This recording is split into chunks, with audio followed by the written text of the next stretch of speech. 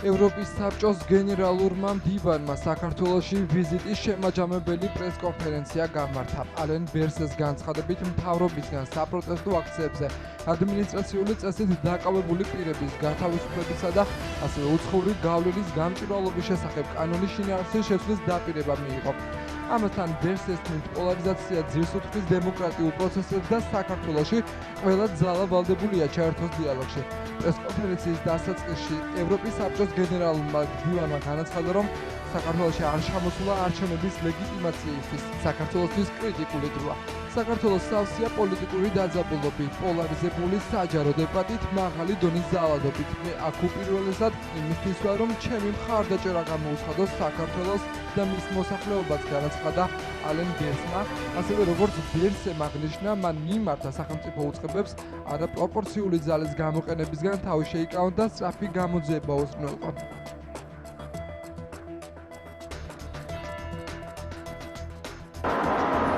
ეს არის კრიტიკული დრო საქართველოსთვის. საქართველოს სავსეა პოლიტიკური დაძაბულობით და პოლარიზებული საჯარო დებატით, მაღალი დონის ძალადობით და მე აქ ვარ უპირატესად და უპირველესად იმისათვის, რომ მხარდაჭერა გამოუცხადო საქართველოს და საქართველოს მოქალაქეებს. ისინი იმსახურებენ სტაბილურ და დემოკრატიულ ქვეყანაში ცხოვრებას. მე აქ არ ვარ არჩევნების ლეგიტიმაციისთვის ჩამოსული. ეს არის სხვა კომპეტენტური ინსტიტუციების გასაკეთებელი და არსებობს ან დაიწერება დასკვნები, რომლებიც არჩევნების დაკვირვებას ეხება. ის რაც ხდება საქართველოში, მე როგორც გენერალურმა მდივანმა, ჩემი მხრიდან ძალიან დიდი უპასუხისმგებლობა იქნება, რომ აქ არ ვიყო.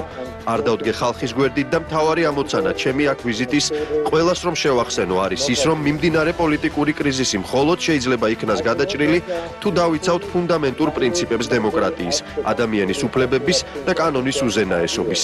რიგი განგაშის სიგნალებისა იქნა გამოგზავნილი ჩვენს პლატფორმაზე, რომელიც ეხებოდა ჟურნალისტების წინაშე მომატებულ საფრთხეს, მათ დაცვის საჭიროებას და ასევე ვნახეთ, რომ იყო ბრუტალური თავდასხმები მედია პროფესიონალების წინააღმდეგ. მე მივმართე სახელმწიფო უწყებებს, რომ პირველ რიგში თავი შეეკავებინათ არაპროპორციული ძალის გამოყენებისგან. მეორე, სწრაფად განეხორციელებინათ დამოუკიდებელი, გამჭვირვალე და ეფექტური გამოძიება, რომ უზრუნველყოფილი ყოფილიყო ყველა შესაბამისი პირისთვის პასუხისმგებლობის დაკისრება და მესამე, გაეთავისუფლებინათ ყველა, ვინც ადმინისტრაციული წესით არის დაკავებული. მე მივიღე გარკვეული დაპირებები ამასთან დაკავშირებით. მე გამოვხატე ჩემი შეშფოთება იმ კანონმდებლობის შესახებ, რომელიც აუარესებს სამოქალაქო საზოგადოების ორგანიზაციების და ფიზიკური პირების უფლებებს. ეს კანონმდებლობა უნდა შეიცვალოს, რომ სრულიად მოვიდეს შესაბამისობაში ევროპულ სტანდარტებთან, როგორც ეს არის გაწერილი ადამიანის უფლებების ევროპულ კონვენციაში და როგორც ამას გვეუბნება ვენეციის კომისია. მე მივესალმები და გეტყვით, რომ მთავრობამ გასცა დაპირება იმის თაობაზე, რომ შეცვლიდა უცხოური გავლენის შესახებ კანონის შინაარსს. შეიქმნება სამუშაო ჯგუფი საქართველოსა და ევროპის საბჭოს წარმომადგენლების მხრიდან. მათ შორის ვენეციის კომისია იქნება ჩართული და მოხდება იდენტიფიცირება იმ ცვლილებების, რომელიც უნდა განხორციელდეს კანონმდებლობაში. არ გვჭირდება პირობები, არც წინაპირობები იმისათვის, რომ შედგეს კარგი დიალოგი. გვჭირდება ნდობა მხარეებს შორის და უნდა შეიქმნას ეს ნდობა. მხოლოდ ამის შემდეგ შეიძლება შედგეს დიალოგი. ამასთან დაკავშირებით რა შეგვიძლია გავაკეთოთ? მთავარი პასუხი თვითონ ქვეყნისგან უნდა წამოვიდეს. ყველა მხარემ უნდა შეძლოთ შესაბამისი პირობების შექმნა. ჩვენის მხრივ რისი გაკეთება შეგვიძლია? მე აქ სამოქმედო გეგმა ვახსენე, რომელიც გვაქვს საქართველოსთვის. ეს სამოქმედო გეგმა ახლახანს იქნა დამტკიცებული ევროპის საბჭოს მინისტრთა კომიტეტის მიერ. ეს დაგვეხმარება, რომ თქვენ დახმარება გაგიწიოთ საქართველოს გვერდით ვიდგეთ 2024-დან 2027 წლამდე პერიოდში. მე მგონი ეს ძალიან მნიშვნელოვანი ელემენტია და ამ კონტექსტში უნდა იყოს მნიშვნელოვანი გარკვეული ნაბიჯების გადადგმა, ღონისძიებების გატარება ყველა აქტორის დასახმარებლად, მაგრამ ამის ნება უნდა გქონდეთ თქვენ, რომ ეს წინაპირობები თქვენ შექმნათ ქვეყანაში. სხვაგვარად გარედან დიალოგის თავს მოხვევა შეუძლებელია. ეს ასეა. ჩვენ გვაქვს პოლიტიკური მოწყობები, ორგანიზაციები, პოლიტიკურ პარტიას შიდა სტრუქტურა აქვს, თავმჯდომარე ყავს. თუმცა საბოლოო ჯამში აუცილებლად უნდა შევხვდე ყველას, ვისაც რაიმე სათქმელი აქვს. უნდა შევხვდე ყველას, ვისაც გავლენა აქვს. რა თქმა უნდა, უდავოდ ბიძინა ივანიშვილს აქვს გავლენა ქვეყანაში, ხომ? და ამიტომაც მნიშვნელოვანი იყო იმის მიუხედავად შეფასდება თუ არა მისი როლი, ტიტული და ასე შემდეგ. მე არ უსვამდი ამ შეკითხვებს ჩემს თავს. ასევე შედგა ბატონ მაკრონსა და ბიძინა ივანიშვილს შორის კომუნიკაცია. ეს ძალიან მნიშვნელოვანი კომუნიკაცია იყო. ამიტომ რადგანაც მე აქ ვიყავი, ჩავთვალე მნიშვნელოვანი იქნებოდა ყველა მხარესთან კომუნიკაცია, მათ შორის ბიძინა ივანიშვილთანაც. ეს ყველაფერი ძალიან პრაგმატულია. თუ შენ გინდა რომ წინ გადადგან აბიჯები, განსაკუთრებით ქვეყნისთვის ძალიან მძიმე ვითარებაში, ასეთი კლიმატის პირობებში, როცა ეს ყველაფერი სავსეა ძალადობით, დემონსტრაციებით, ძალიან მნიშვნელოვანია დაელაპარაკო ყველას და არ იყო ჩაციკლული ტიტულებზე, წოდებებზე და იმაზე, ვინ რა პოზიციაზეა. ის სატელეფონო ზარი ყველასთვის ცნობილია მაკრონსა და ივანიშვილს შორის. ახლა ჩემი ვიზიტით ძალიან მნიშვნელოვან დროს მოხდა და შევხვდი ყველა აქტორს, ვისაც შეიძლებოდა რომ შევხვედროდი ამ 3 დღის განმავლობაში. აქციებზე ადმინისტრაციული წესით დაკავებული პირები თვის ბოლომდე გათავისუფლებიან, თუმცა ეს არ ეხება ადამიანებს, რომლებიც სისხლის სამართლებრივი ბრალდების ქვეშ არიან წინასწარ პატიმრობაში. ამის შესახებ საქართველოს პრემიერმა დღევანდელ ბრიფინგზე განაცხადა და ისაუბრა საქართველოში ევროსაბჭოს გენერალური მდივნის ვიზიტსა და შეხვედრებზე. ირაკლი კობახიძის განცხადებით ალენ ბერსესთან საუბარი გაიმართა გამჭვირვალობის კანონთან დაკავშირებითაც და ამ საკითხზე მსჯელობისთვის მზაობა დააფიქსირა. კობახიძე სანქციების საკითხსაც შეეხო და თემაზე ვრცლად ისაუბრა. ჩვენ მათ შორის განვმარტეთ ბატონ გენერალურ მდივანს საქართველოში არსებული ვითარება, განვმარტეთ ის, რომ ბოლო პერიოდში მიტინგებმა მიიღო მშვიდობიანი ხასიათი, აქედან გამომდინარე აღარ არის საპოლიციო ძალის გამოყენების საჭიროება და დარწმუნებული ვართ, რომ ასე გაგრძელდება ვითარება შემდეგი დღეების და კვირების განმავლობაშიც. ასევე განმარტებები გავაკეთეთ ადმინისტრაციულ პატიმრობასთან დაკავშირებით, მოგეხსენებათ, რომ ძირითადად ძალადობრივი აქტების გამო ადმინისტრაციული წესით არის დაკავებული ადამიანების გარკვეული რაოდენობა. საქართველოში განმარტეთ, რომ ადმინისტრაციული პატიმრობის მაქსიმალური ვადა არის 15 დღე, შესაბამისად თვის ბოლომდე ეს ადამიანები სრულად იქნებიან გათავისუფლებული. ეს არის ის განმარტება, რაც მივეცით გენერალურ მდივანს ამ საკითხთან დაკავშირებით. რა თქმა უნდა, ეს არ ეხება იმ ადამიანებს, რომლებიც სისხლის სამართლებრივი ბრალდების ქვეშ არიან წინასწარ პატიმრობაში, ასეთია დაახლოებით 30 პატიმარი, ესეც განმარტეთ ბატონ გენერალურ მდივანს. რაც შეეხება გამოძიებას, როგორც ერთი ისე მიმართულებით წარიმართება გამოძიებები, ამასთან დაკავშირებითაც განმარტება მიიღო ბატონმა გენერალურმა მდივანმა. ჩვენ კიდევ ერთხელ დავაფიქსირებთ ჩვენი სათყოფნა, რომ ვითანამშრომლობთ ევროსაბჭოს ყველა სტრუქტურასთან ასეთ საკითხებთან დაკავშირებით. ასევე ჩვენ გვქონდა მსჯელობა კანონმდებლობაზე, მათ შორის მსჯელობა გვქონდა გამჭვირვალობის შესახებ კანონთან დაკავშირებით. აქაც კიდევ ერთხელ დავაფიქსირეთ ზოგადად ჩვენი ღიაობა მსჯელობასთან მიმართებით. ჩვენ ღია ვართ მსჯელობისთვის, ასეთი ღიაობა ჩვენ დაფიქსირებული ქონდა კანონის მიღების პროცესშიც, კანონის მიღების შემდეგ ვამბობთ კიდევ ერთხელ მარტივ რამეს. თუ ვინმე დაგვისაბუთებს, რომ ამ კანონში არის რაიმე უარყოფითი, რა თქმა უნდა მზად ვართ ამ საკითხებზე მსჯელობისთვის. ჩვენი დამოკიდებულება იქნება კონსტრუქციული, ამის გარანტია შემიძლია მოგცეთ. ღია ვართ ნებისმიერი ფორმატისთვის. ჩვენ არ გავურბივართ არასდროს დისკუსიას, გამომდინარე იქიდან, რომ გვაქვს უყარი პოზიციები. ჩვენ მიგვაჩნია, რომ ჩვენი პოზიციები არის სწორი და სიმართლე არის ჩვენს მხარეს. აქედან გამომდინარე, ჩვენი მხრიდან ყოველთვის ფიქსირდებოდა ღიაობა და ახლა შეგვიძლია იგივე დამოკიდებულება გამოვხატოთ ნებისმიერ ფორმატში, მზად ვართ, რა თქმა უნდა, დისკუსიებისთვის. ეს არის კიდევ ერთხელ რაც შემიძლია გითხრათ. იქნებ დისკუსიის პროცესში ვლინდება ის, რომ კანონი არის თავიდან ბოლომდე კარგი. აი რა შვებით მაშინ უნდა შევცვალოთ მაინც. რა თქმა უნდა, ასეთ პირობებში არ შეიძლება კანონის შეცვალა. ჯერ უნდა დასაბუთდეს ფაქტობრივად რა არის კარგი, რა არ არის კარგი და ამის შემდეგ მიიღება გადაწყვეტილება ცვლილებასთან დაკავშირებით და შესაბამისად ამის მიხედვით მიიღება გადაწყვეტილება იმასთან დაკავშირებით, თუ რა შეიძლება შეიცვალოს, რა უნდა შეიცვალოს. ამიტომ ჯერ დავიწყოთ დისკუსია, მერე ვთქვათ, შეიცვლება თუ არა და მერე ვთქვათ, რომ შეიცვლება, რა შეიცვლება, ხო? ანუ ეს არის ყველაზე ჯანსაღი მიდგომა ამ თემასთან დაკავშირებით. ესეც არის დამოკიდებული deep state-ის მიმართულებით მდგომარეობის ცვლილებაზე. თუ ცვლილებები იქნება, ამ შემთხვევაში ასეთი მოთხოვნებიც მოიხსნება, მაგალითად ავიღოთ კანონი ოჯახური ღირებულებებისა და არასოციალურთა დაცვის შესახებ. რომელიც არის უმარტივესი კანონი.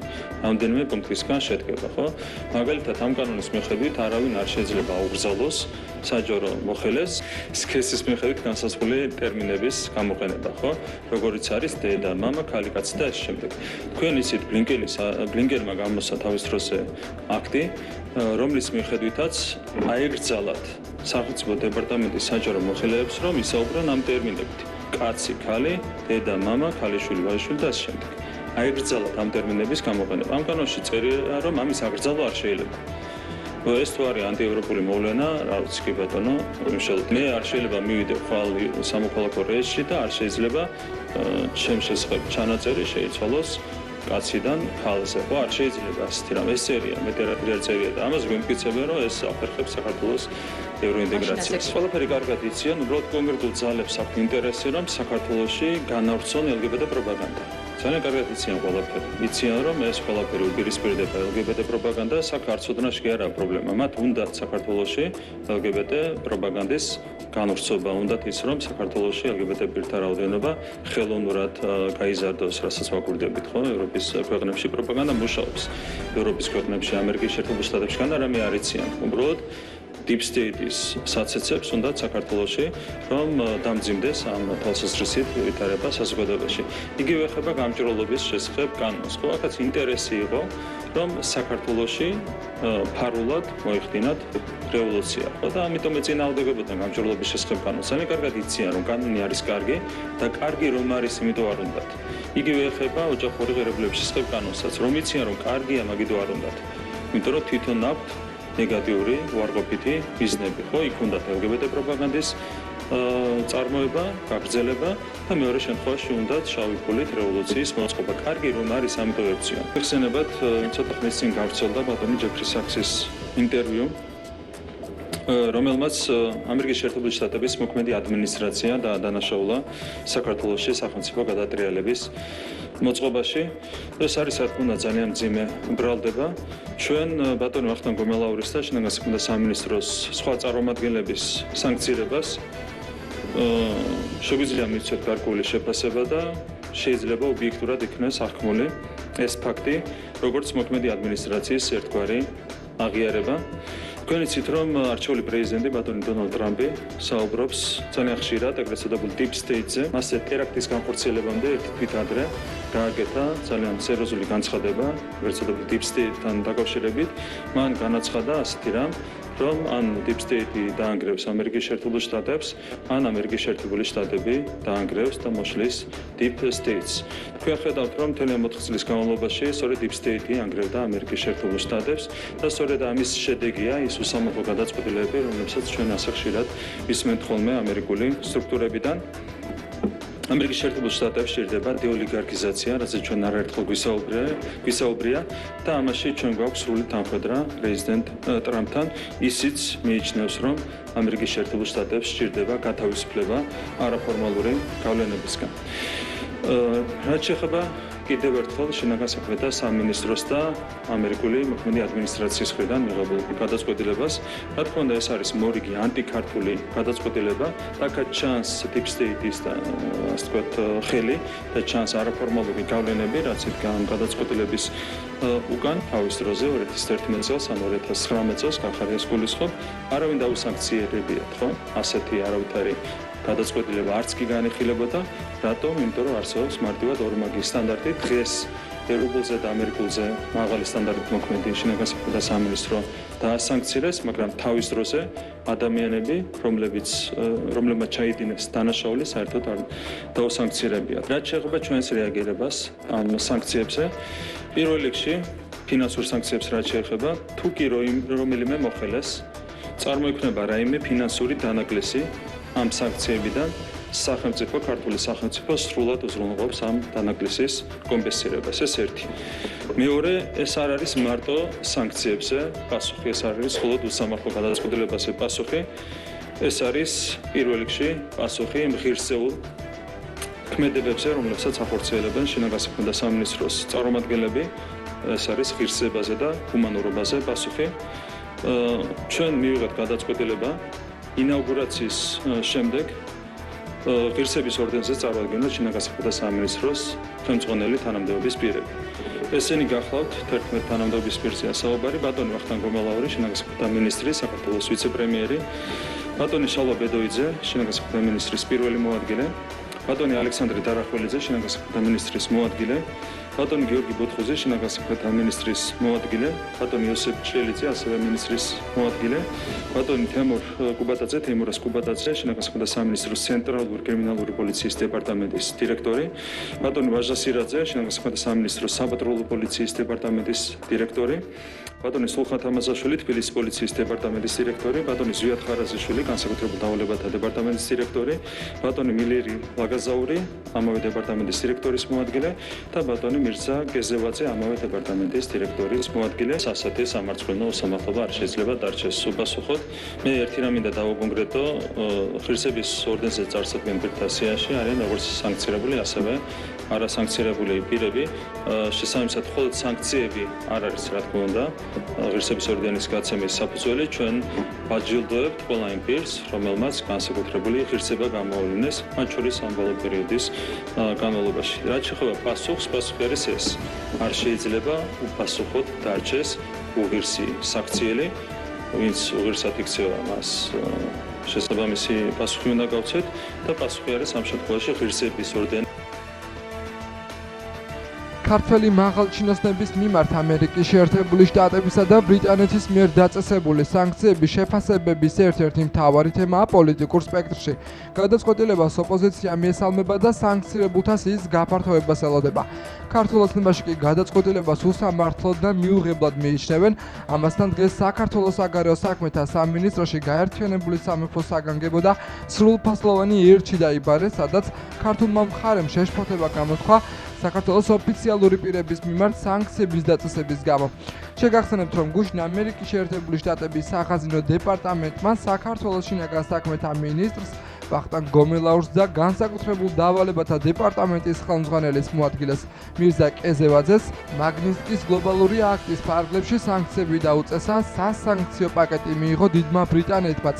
სანქციები დაუწესდათ ვახტანგ გომელაურს და საქართველოს შინაგან საქმეთა სამინისტროს 4 მაღალჩინოსნებს: ალექსანდრე დარახველიძეს, სულხან თამაზაშვილს, ზვიად ხარაზიშვილსა და მილერი ლაგაზაურს. როდესაც სისტემურად დღეების მანძილზე ადამიანებს აწამებთ არადავიდროდ ეპყრობი და ეს არის რა თქმა უნდა სისტემური ხასიათის და არის ინსტრუქცია, რომელიც მიცემული აქვს ხელმძღვანელი პირების მხრიდან კონკრეტულ სამართალ დამუღებებს და არასამართალ დამცავებს, რა თქმა უნდა, ბუნებრივია, რომ ჩვენი პარტნიორები დაგასანქცირებენ, ამას უნდა ილოდოს ყველა ის ადამიანი, ვინც ხელს ტიპის დანაშაულს შეიტანს. ყველა ის ადამიანი, რომელიც ჩართული არის ამ სისტემურ ძალადობაში, დემოკრატიის ძირის გამოთხრაში, კორუფციაში და ადამიანის უფლებების დარღვევაში, უნდა ილოდოს მომავალში სანქციებს. ამიტომაც ვამბობთ, რომ რაც უფრო მალე მოხდება ამ სისტემის დემონტაჟი, მით უფრო მარტივი იქნება ეს თვითონ სისტემის წევრებისთვის და ქვეყნისთვის. ის რომ ქართველებმა ახლა ცდილობს რომ ეს გადაწყვეტილება დააკნინოს, ეს ქართველების სტილშია. ცხადია რომ ეს ისეთი გადაწყვეტილება, როგორც მუდმივი გადაწყვეტილებაა. უბრალოდ ქართველების ლიდერებმა უნდა გაითვალისწინონ, რომ თუ გააგრძელებენ ამ ძალადობის გამართლებას და ძალადობის ორგანიზებაში მონაწილეობას მიიღებენ, მათაც არ აცდებათ მაგნიტსკის სიაში შეყვანა, რაც ნიშნავს მუდმივად ყველანაირ შეზღუდვას, რასაც მაგნიტსკის სია გულისხმობს. ჩვენ არაერთი განცხადება გავაკეთებთ, რომ არსებული ადმინისტრაცია კიდევ უფრო მძიმე ნაბიჯებს გადადგავდა. თქვენ იცით, რომ სულ რამოდენიმე დღეში მათ უფლებამოსილება უმთავრდება და ისინი არა მხოლოდ საქართველოსთან და ჩვენთან მიმართებით, ზოგადად პროცესები რაც მიდის, მაქსიმალურად ცდილობენ, რომ ტრამპს დაუტოვონ მძიმე მემკვიდრეობა. აქაც მინდა ერთი რამე ვთქვა, რომ ძალიან ბევრი ადამიანია, რომ საუბრობს, რომ ახალი ადმინისტრაცია რადიკალურად რაღაც შეიძლება განსხვავებული მიდგომები ჩვენც გვაქვს ამის მოლოდინი, რომ იქნება სწორი და მართალი დამოკიდებულება თუნდაც საქართველოსთან მიმართებით, მაგრამ ჩვენს გასაკეთებელს ჩვენი ქვეყნის გასაკეთებელს მერწმუნეთ ვერავინ ვერ გააკეთებს. ჩვენ ამერიკის შეერთებული შტატებიდანაც ორპარტიული მხარდაჭერა გვჭირდება, ამიტომ სადავართ თუნდაც ახლა წამსვლელ დღე-დღეზე წამსვლელ ადმინისტრაციასთან, თუნდაც მომავალ ადმინისტრაციასთან, თუნდაც შემდგომ ერთად უკვე კონგრესში თუ სენატში ვიმუშაოთ, რომ ეს ურთიერთობა ჩვენი არათუ აღდგეს, არამედ დაუბრუნდეს იმ პოზიციას, რასაც ქვია თანასწორუფლებიანი პარტნიორი დამოკიდებული ადამიანები, რომლებიც შეგნებულად აწამებდნენ სიცოცხლეს ართმევდნენ, ღირსებას და ქონებას ართმევდნენ ადამიანებს და აი ამ რესურსებს მართავდნენ მთელ ქვეყანას, სისტემურ დანაშაულს ჩადიოდნენ, რასაკვირველია მათ მიმართ, როდესაც არ გამოიყენებოდა არანაირი სანქცია, შენიშვნაც კი, რასაკვირველია ეს დიდ შეკითხვას ბადებს, მაგრამ ამ შეკითხვაზე პასუხიც არსებობს. ეს არის დღევანდელი მსოფლიოსათვის მახასიათებელი პრაგმატიზმი, რომელიც მნიშვნელოვანწილად არის ხშირ შემთხვევაში არის უსამართლო, მათ შორის საქართველოს მიმართ. ნათლად ავუხსენი გენერალურ მდივანს ალენ ბერსეს და მის დელეგაციას, რომ მათი არც მანდატი, არც მოვალეობა, არც უფლება არ არის, რომ რაღაც კომისია დანიშნონ ჯერ არავისგან აღიარებულ ხელისუფლებასთან. მით უმეტეს განიხილონ რუსული კანონი. ამის შესახებ საქართველოს პრეზიდენტმა სალომე ზურაბიშვილმა ბრიფინგზე განაცხადა. როგორც პრეზიდენტმა განაცხადა, ევროსაბჭოს როგორც ყველაზე ძველი ევროპული ორგანიზაციის პასუხისმგებლობა და მოვალეობა ხმა მოიღოს ხალხის მიმართ ძალადობის მისი ყველა უფლებების შეზღუდვის მიმართ. ყველას ესმის კარგად, მე მგონი ბევრი ასახსნელი არ არის, მე კი მაქვს ტენდენცია რომ სულ ავხსნა, მაგრამ ყველას ესმის დღეს რა ხდება საქართველოში. დღეს რას ცდილობს ის არალეგიტიმური ხელისუფლება, რითაც უნდა რომ გააჩეროს ხალხის ხმა, ხალხის პროტესტი და რაღაცნაირად გადააგოროს ეს სიტუაცია, მაგრამ ყველას ესმის რომ თუ არა ახალი არჩევნები, თუ არა ხალხისთვის საშუალება რომ თავისი მომავალი და თავისი ხმა დაიბრუნოს, ეს სიტუაცია ასე გაგრძელდება და უფრო ღრმა კრიზისში, უფრო ღრმა ჩიხში შევალთ ყველანი. და ამიტომ ყველას აქვს სურვილი რომ ხარი დაუჭიროს ქართველ ხალხს ამ რთულ, მაგრამ ძალიან მშვიდობიან ბრძოლაში. დღეს ასევე ევროპულ საბჭოს ევროკავშირის ევროპულ საბჭოს ქონდა გუშინდა დღეს შეხვედრები, სადაც დღეს გადაწყდა ის ვიზა რესტრიქციების შემოუტანა ქართველ დიპლომატებზე და ურსულა ფონ დერ ლაიენმა გააკეთა განცხადება უკვე, სადაც ამბობს, რომ ქართველი ხალხი აპროტესტებს მთავრობის არჩევანს, რომ გააჩეროს ევროპული მიმართულება, ევროპული გზა საქართველოსი, მშვიდობიანი პროტესტს დაუპირისპირა ხელისუფლებამ ძალადობა, პოლიციური და ძალადობა. დღეს ჩვენ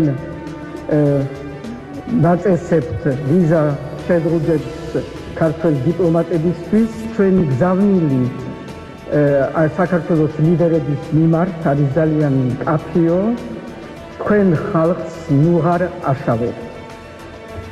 ეს არის ძალიან მკაცრი და ძალიან ნათელი გზავნილი ურსულა ფონ დერ ლაიენის, ასევე ძალიან მკაფიო გზავნილები არის სხვადასხვა ქვეყნებისგან და ჩვენ ვიცით ასევე გადაწყვეტილება ამერიკის შეერთებული შტატების ახალი დასანქცირების ფორმით, რაც ეხება სწორედ იმ ადამიანებს, რომლებიც არიან პასუხისმგებელი ძალადობაზე. და ეს არის ძალიან მნიშვნელოვანი გადაწყვეტილება, ამაზე დიდი მხარდაჭერა ხალხის და მოსახლეობის, რომელიც მშვიდობიანად თავის სათქმელს ამბობს თბილისის ქუჩებში, ამაზე დიდი მხარდაჭერა არ არსებობს. მე შევხვდი ასევე ეხლახან ევროპულ საბჭოს გენერალურ მდივანს და მის დელეგაციას, რომელიც ცოტა არიან გაუგებრობაში, მე მგონი დღევანდელ დღეს კარგად არის მითაქაური სიტუაცია და მე აუხსენი ის, რომ არ შეიძლება ამ ქვეყანაში მოსვლა, როცა შენ წარმოადგენ ყველაზე ძველ ევროპულ ორგანიზაციას და იმ ორგანიზაციას, რომელიც არის უშუალოდ პასუხისმგებელი ერთ რამეზე და მხოლოდ ერთ რამეზე, რომ დაიცვას დემოკრატიული პრინციპები, დაიცვას ადამიანის უფლებები, დაიცვას ადამიანების თავისუფლება. ამ ორგანიზაციას აქვს ერთი პასუხისმგებლობა და მოვალეობა, რომ ხმა მოიღოს, როცა რომელიმე მის წევრ ქვეყანაში ხდება ის, რაც ხდება საქართველოში, ანუ ძალადობა ხალხის მიერ, მისი ყველა უფლებების შეზღუდვა და ამის გაპროტესტება, ამისი დაგმობა არის ალბათ პირველი მოვალეობა ასეთი ორგანიზაციის. სამაგიეროდ და მე ძალიან ნათლად ავუხსენი გენერალ დივანს და მის დელეგაციას, რომ მათი არც მანდატი, არც მოვალეობა, არც უფლება არ არის, რომ რაღაც კომისია დანიშნონ ვერ არაღიარებული არავისგან ხელისუფლებასთან, მით უმეტეს იმისთვის, რომ განიხილონ რა რუსული კანონი, ვის რა აინტერესებს რუსული კანონის შეცვლა თუ არ შეცვლა. ეს არის ყველაზე კარგი მაგალითი იმისი, თუ როგორ იტყუება ეს ხელისუფლება წლების მანძილზე, რომ ხან მიმაქვს უკან, ხან მიმაქვს წინ და ისევ უკან მიმაქვს და მე ეხლა რაღაცას ფორმალურად შევცვლი და ამითი გონიათ, რომ ვიღაცას მოხიბლავენ. შეიძლება ვიღაცა მოხიბლონ, მაგრამ ვერ მოხიბლავენ ამით ვერც ქართულ ხალხს, ვერც ჩვენ პარტნიორებს, რომელსაც კარგად ესმის დღევანდელი საქართველოს მდგომარეობა, შეიძლება ვიღაცას ნაკლებად ესმის და აქ ჩამოსვლის მერე შეიძლება უფრო გაირკვევა იმ ტყუილებში, რომელიც დღეს ახასიათებს ხელისუფლებას, ტყუილებში და პროვოკაციებში. იმიტომ პროვოკაციული არის ის, რაც მოვისმინეთ დღეს, რომ გუშინდელი ამერიკის გადაწყვეტილების შემდეგ, რომ დაასანქციროს ის მაღალჩინოსლები, რომელიც არიან პასუხისმგებელი ძალადობაზე, ამის პასუხი იყოს ის, რომ დე-ფაქტო პრემიერი აცხადებს, რომ ჩვენ დავაჯილდოებთ, როგორც კი დე-ფაქტო პრეზიდენტი იქნება ინოგრირებული, დავაჯილდოებთ ღირსების ორდენით იმავე მაღალჩინოსნებს, რომლებიც არიან უშუალოდ პასუხისმგებელი რეპრესიებზე, ძალადობაზე და იმ პირდაპირ მხეცობაზე, რომელსაც ჰქონდა ადგილი და აქვს ადგილი თბილისის ქუჩებში. ეს არის პროვოკაცია, პროვოკაციული განცხადება, მიჩვეული ვართ ამ პროვოკაციულ განცხადებებს და ეს არის შეურაცხყოფა სწორედ იმ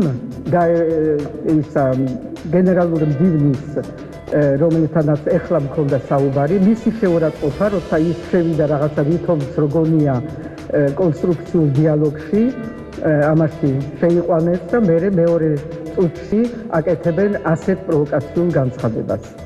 ყველაფერი ნათელი არის, მე მგონი რომ ჩვენი გზაც ძალიან ნათელი არის, არაფერში არ უნდა შეგვეშალოს და არ უნდა შეგვეშინდეს, მშვიდობიანი გზა წინ არის და ყველაფერი ჩვენი პარტნიორები არიან იქ, სადაც უნდა იყვნენ, მხარს გვიწერენ და ჩვენ ამას ვნახავთ ამ დღეებში და ამ კვირებში კიდევ უფრო და უფრო ნათლად. საქართველოს პრემიერ-მინისტრმა შინაგან საქმეთა მინისტრი ვახტანგ გომელაური საქართველოს ვიცე-პრემიერად დანიშნა. შესაბამის ბრძანებას ირაკლი კობახიძემ ხელი დღეს მოაწერა. საქართველოს მთავრობის შემადგენლობაში დღეიდან 3 ვიცე-პრემიერი იქნება. პირველი ვიცე-პრემიერის უფლებამოსილებას ეკონომიკისა და მდგრადი განვითარების მინისტრი ლევან დავითაშვილი ასრულებს. ვიცე-პრემიერია თავდაცვის მინისტრი ირაკლი ჩიქოვანი.